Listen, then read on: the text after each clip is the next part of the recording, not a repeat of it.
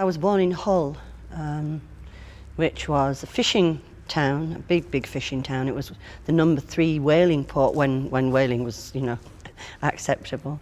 And I was brought up by my grandmother because my mum and dad had died early. I think I was 7 when my mum died, 9 when my dad died.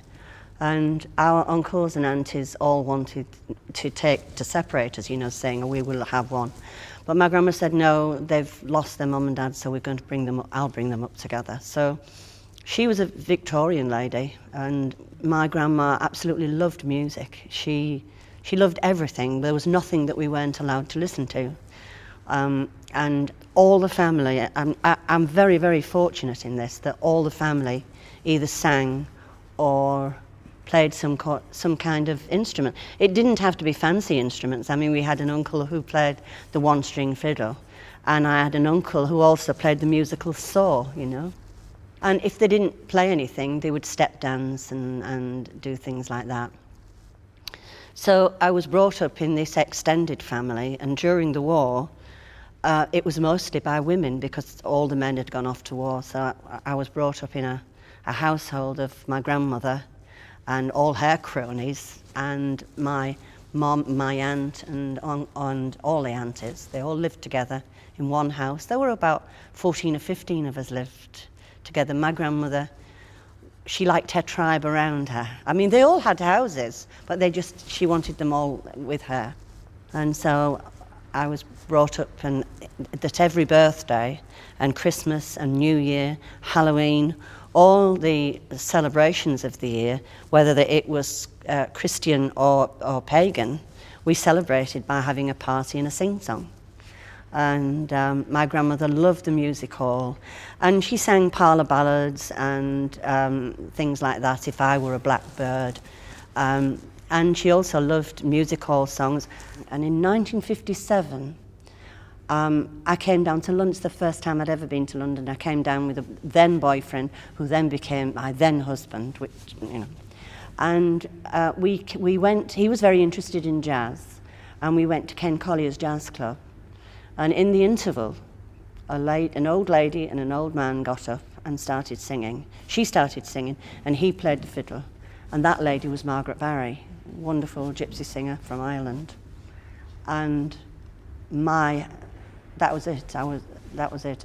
I won't say I was lost in that. I would say I was found in that. She had a voice like my grandmother for a start, so it's very, very, it wasn't foreign to me. It was very, I knew what that was about. She also sounded like a lot of the women in the pubs. When I was a girl, there was always a piano in the pubs, and pubs weren't like they are now. There was always a piano, and some couple of women would get up and start singing Daisy, Daisy, or whatever. And they had these most strident voices, wonderful, wonderful voices, which has all been bred out of them now, because you have to sing. If you want to sing pop music or something like that, you have to sing with an American accent. You can't sing with your own accent, because it's not done. I remember when my record, the Mercury record, I remember Tony Parsons being interviewed about it, and them saying, did he like it? And he said, oh yes, the record's fine. But she's got a folky voice. Now, the voice that I've got is my own voice. I don't put on any accent. It's what I sing with. So what he was saying it was then, that you can't be successful if you sing in your own voice. You've got to, put another voice on. But usually you'll find that the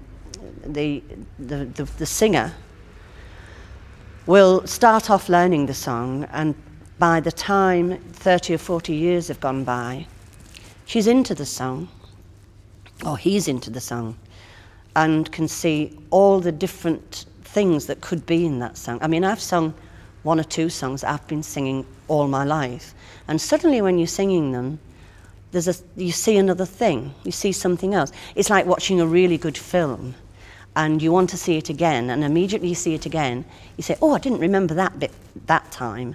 You see all the little extra bits. We don't ever arrange anything, really. We learn a song that we like, or find a song that we like, and we use all sorts of sources what we use as manuscripts. Come here to Cecil Sharp House, use the library, all sorts of sources.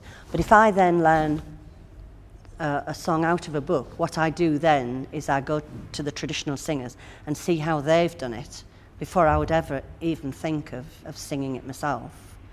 But the Watersons, we learned a song and then we sat down and we sang it until we knew it and until we had a nice harmony, which might change the next night.